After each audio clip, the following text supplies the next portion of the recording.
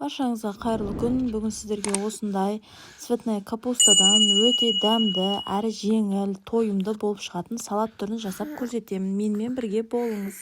Ең алдымен осындай цветная капустамызды алып, оны бөліктерге бөлеміз. Өзінің арнайы бөліктері тұр, міне талдар сияқты көрінеді. Соны алып, әрқайсысын осылай жіңішке қылып бөліп шығамыз.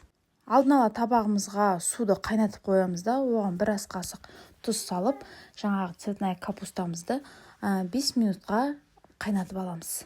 Капустамыз қайнап жатқанда біз 3 бас сарымсақты және осындай пиязды екіге бөліп, жақсылап жіңішкелеп тураймыз.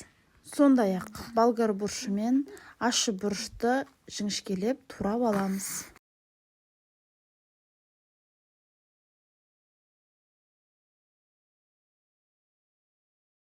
Туралған көкөністерімізді алдын ала қыздырылған табамызда 5 минут және 7 минут аралығында қызарғанша қуырамыз. Және осы аралықта қара бұрыш, паприка дәмдеуіштерін саламыз.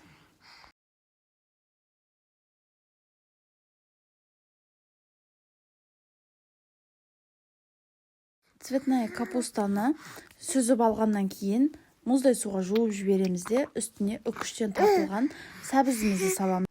Сосын жаңағы қуырылған көкөністерімізді саламыз және үстіне дәміне қарай кинза қоссаңыздар болады. Және уксустан 2 қасық саламыз. Және осылай 1 сағатқа бір-бірінің дәміне сіңу үшін қойып қойсаңыздар, өте дәмді болып шығады. Жасалу жолы өте жеңіл, әрі өте тойымды салат болып шығады. Жасап көріңіз, ас болсын. Арнама жазылып қолдап кетіңіз.